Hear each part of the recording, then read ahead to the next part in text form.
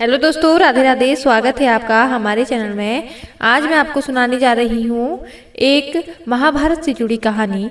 कर्ण को मारने के बाद अर्जुन क्यों रोया। कल्पना कीजिए कुरुक्षेत्र के उस खौफनाक मंजर की। महाबली कर्ण का रथ जमीन पर धंसा हुआ है और अर्जुन का अंजलि का अस्त्र सीधा उनकी गर्दन को भेज चुका है। चारों तरफ सन्नाटा है, देवलोक से लेकर धरती तक सब स्तब्ध है।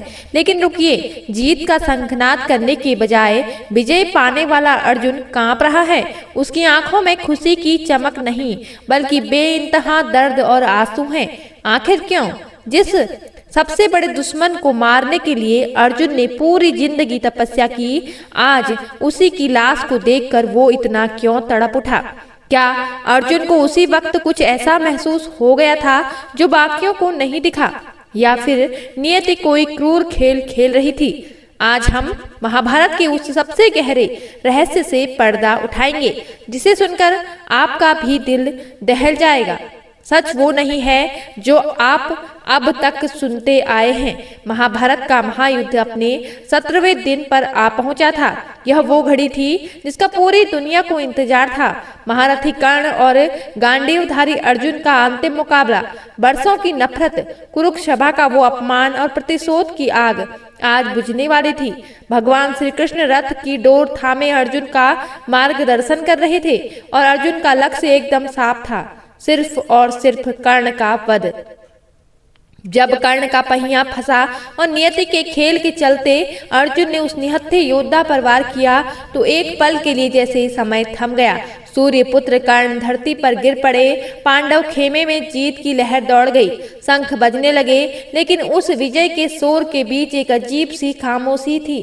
यह सिर्फ एक दुश्मन का अंत नहीं था, बल्कि अनजाने में अर्जुन ने अपने ही हिस्से को काट दिया था। पर क्या अर्जुन उस वक्त इस सच्चाई को महसूस कर पा रहे थे? जैसे ही कर्ण का निष्प्राण शरीर भूमि पर गिरा, वहां एक ऐसी घटना घटी जिसने अर्जुन को भीतर तक हिला दिया।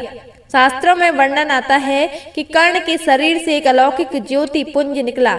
वह रोशनी, वह तेज सीधा आसमान को चीरते हुए सूर्य देव में समा गया। अर्जुन अपनी खुली आंखों से यह देख रहे थे और उनका दिमाग सन्न रह गया। उन्होंने तो सोचा था कि उन्होंने एक अधर्मी, एक पापी का अंत किया है, लेकिन मरने के बाद किसी के चेहरे पर इतनी शांति कैसे हो सकती है? अर्जुन ने हड़बड़ाकर कृष्ण की ओर देखा। उन्हें लगा कि माधव खुश होंगे, लेकिन कृष्ण के चेहरे पर जीत की खुशी नहीं, बल्कि एक गहरी रहस्यमयी शांति थी। अर्जुन का गांडीव हाथ में था, पर मन में एक अजीब सा सवाल उठ रहा था। क्या जिसे मैंने मारा वो साधारण मनुष्य नहीं था? यहीं से अर्जुन के मन में जीत के नशे की जगह एक अनजाना खालीपन घर करने लगा। अर्जुन जीतने के बाद अर्जुन अपने रथ से नीचे उतरे और धीरे धीरे कर्ण के शव की ओर बढ़े। कायदे से तो इस पर अर्जुन को खुशी से झूम उठना चाहिए था। आखिर द्रौपदी के अपमान का बदला पूरा हो चुका था और सबसे बड़ी बाधा रास्ते से हट चुकी थी। लेकिन जैसे जैसे वो कर्ण के करीब जा रहे थे, उनके पैरों में एक अजीब सी जकड़न महसूस हो रही थी। उनका दिल भारी हो रहा था, जैसे कोई बहुत बड़ी अनहोनी हो गई हो। कर्ण का यह तेजस्वी चेहरा अब शांत था। उस पर न कोई क्रोध था, न कोई शिकवा। अर्जुन को पहली बार कर्ण के अंदर एक शत्रु नहीं, बल्कि एक महान त्यागी की झलक दिख रही थी।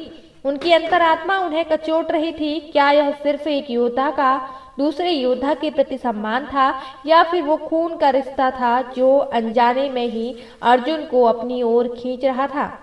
अर्जुन की आंखों में जीत की चमक की जगह अब एक अनसुलझा सवाल तैरने लगा था। युद्ध तो समाप्त हो गया था, लेकिन असली तूफान आना अभी बाकी था। जब पांडव अपनी जीत को लेकर आश्वस्त थे, तभी उन्होंने कुरुक्षेत्र की उस खून से सनी मिट्टी पर माता कुंती को आते देखा। अर्जुन को लगा माँ उन्हें आशीर्वाद देने आ रही है, लेकिन कुंती की दिशा कहीं और थी। वे सीधे उस स्थान पर गई जहां कर्ण का निस्तेज शरीर पड़ा था। अर्जुन की सांसें अटक गई जब उन्होंने देखा कि उनकी माँ उस दुश्मन कर्ण का सिर अपनी गोद में रखकर दहाड़े मारकर रो रही थी। कुंती का वो विलाप किसी साधारण शोक जैसा नहीं था। वो एक माँ का दर्द था जो अपना सब कुछ खो चुकी थी। अर्जुन और बाकी भाई सन्न रह गए। सवाल उनके दिमाग में हथौड़े की तरह बजने लगा। आखिर माँ हमारे सबसे बड़े शत्रु के लिए अपने आंसू क्यों बहा रही है? यहीं से अर्जुन के दिल में एक अनजाना डर घर कब कर गया, जैसे कोई बहुत बुरा सच सामने आने वाला हो। कुंती ने अपनी कांपती आवाज में जो कहा, उसने अर्जुन की दुनिया ही उजाड़ दी। उन्होंने रोते हुए युधिष्ठिर और अर्जुन की तरफ देखा और कहा, पुत्रों, जिसे तुम सूत पुत्र समझकर नफरत करते रहे, वो कोई और नहीं, तुम्हारा अपना सगा बड़ा भाई था, मेरा ज्येष्ठ पुत्र कर्ण। यह सुनना था कि अर्जुन के पैरों तले जमीन ही खिसक गई। उन्हें लगा जैसे आकाश उन पर गिर पड़ा हो। जैसे राधे को उन्होंने कुल कलंक और नीच कहा था, असल में उसकी रगों में भी उसी कुंती का खून दौड़ रहा था। वो बाण जो अर्जुन ने चलाया था, उसने दुश्मन का नहीं बल्कि अपने ही बड़े भाई का सीना चीर दिया था। अर्जुन के कानों में वो सारी गालियां, वो सारे ताने गूंजने लगे जो उन्होंने जीवन भर कर्ण को दिए थे। उस पल अर्जुन को अपनी वो भव्य विजय हार से भी बदतर और घिनौनी लगने लगी। एक ही पल में महानायक अर्जुन गहरे अपराध बोध के बोझ तले दब गए। गांडीव धनुष, जिसे दुनिया की कोई ताकत झुका नहीं सकती, आज वो अर्जुन के कांपते हुए हाथों से अपने आप छूटकर गिर पड़ा। अर्जुन घुटनों के बल बैठ गए और सिसक सिसक कर रोने लगे। उनके दिमाग में वो सारे मंजर किसी फिल्म की तरह घूमने लगे। जब जब उन्होंने कर्ण को सूत पुत्र कहकर दुत्कारा था, जब जब उनका मजाक उड़ाया था, वो शब्द अब अर्जुन को किसी जहरीले तीर से ज्यादा चुभ रहे थे। अर्जुन को महसूस हुआ कि उन्होंने सिर्फ एक योद्धा को नहीं मारा, बल्कि अपने ही वंश के उस सूरज को बुझा दिया है जो शायद उनसे भी ज्यादा श्रेष्ठ, ज्यादा दानी और ज्यादा वीर था। अर्जुन के मन में एक ही सवाल तूफान मचा रहा था, अगर कर्ण भैया को यह सच पता था तो उन्होंने मुझे मारा क्यों नहीं? वो तो मुझे मार सकते थे। अपने ही बड़े भाई के खून से रंगे हाथों को देखकर अर्जुन को खुद से घिन आने लगी। वो जीत का जश्न अब जिंदगी भर के मातम में बदल चुका था। यह सत्य सिर्फ अर्जुन के लिए नहीं, बल्कि धर्मराज युधिष्ठिर के लिए भी किसी वज्रपात से कम नहीं था। जो हमेशा भाई धर्म पर चला, उसे आज लगा कि उसने अनजाने में सबसे बड़ा धर्म कर दिया है। युधिष्ठिर को सब पता चला कि कर्ण ने न सिर्फ अपने कवच कुंडल दान कर दिए, बल्कि युद्ध में जानबूझकर बाकी पांडवों को जीवन दान भी दिया था। तो उनका धैर्य का बांध टूट गया। दुख इतना गहरा था कि वह भयंकर क्रोध में बदल गया। उन्होंने अपनी ही मां कुंती को देखा और इतिहास का ऐसा श्राप दिया जो आज भी प्रचलित है।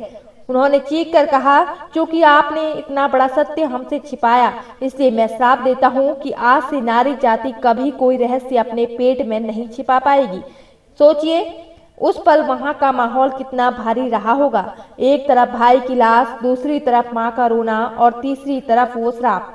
अर्जुन अब समझ चुके थे कि इस दुनिया में, युद्ध में उन्होंने सब कुछ पाकर भी सब कुछ खो दिया है।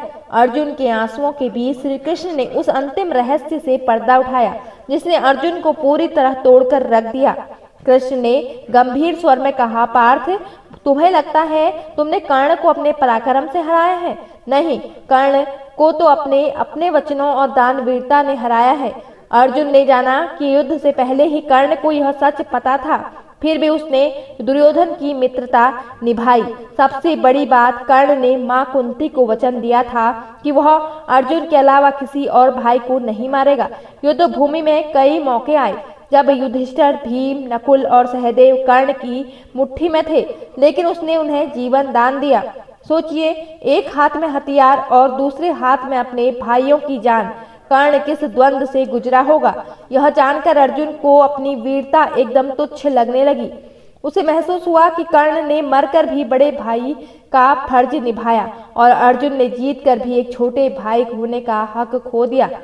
कर्ण का कद अब अर्जुन की नजरों में हिमालय से भी ऊंचा हो चुका था। कहानी का सबसे दिल दहला देने वाला पल तब आया जब कर्ण के अंतिम संस्कार की बारी आई। नियति का खेल देखिए, जिस हाथ ने कर्ण के गले पर तीर चलाया था, आज उसी हाथ को अपने बड़े भाई की चिता को अग्नि देनी पड़ रही थी। अर्जुन मसाल थामे खड़े थे, लेकिन उनके पैर आगे नहीं बढ़ रहे थे। हर एक कदम के साथ उनका अभिमान, उनका अहंकार पिघलकर आंसुओं के रूप में बह रहा था। अर्जुन उस वक्त सिर्फ रो नहीं रहे थे, बल्कि भीतर से मर रहे थे। उन्हें एहसास हो गया था कि यह धर्म युद्ध जीतने के लिए उन्होंने अपना धर्म ही खो दिया है। कर्ण की जलती हुई चिता की लपटों में अर्जुन को अपनी जीत राख होते हुए दिख रही थी। वह समझ गए कि दुनिया के लिए वो भले ही विजेता हो, लेकिन खुद की नजरों में वो हमेशा के लिए हार चुके थे। वो आंसू सिर्फ दुख के नहीं, बल्कि एक आजीवन पश्चाताप के थे। तो दोस्तों, कुरुक्षेत्र की उस रात ने साबित कर दिया कि युद्ध सिर्फ हथियारों से नहीं, बल्कि रिश्तों के खून से भी लड़े जाते हैं। अर्जुन ने दुनिया को जीत लिया, लेकिन अपने ही भाई को खोकर वो मन ही मन हमेशा के लिए हार गए।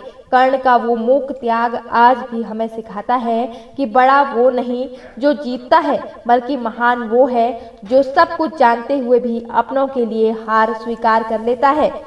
अब आप बताइए, आपकी नज़र में असली महानायक कौन था? तो दोस्तों, अपनी राय कमेंट में लिखकर जरूर बताइएगा और ऐसी आध्यात्मिक और ज्ञानवर्धक कहानियाँ सुनने के लिए हमारे चैनल को सब्सक्राइब करना ना भूलें। जय माता दी, जय श्री कृष्ण।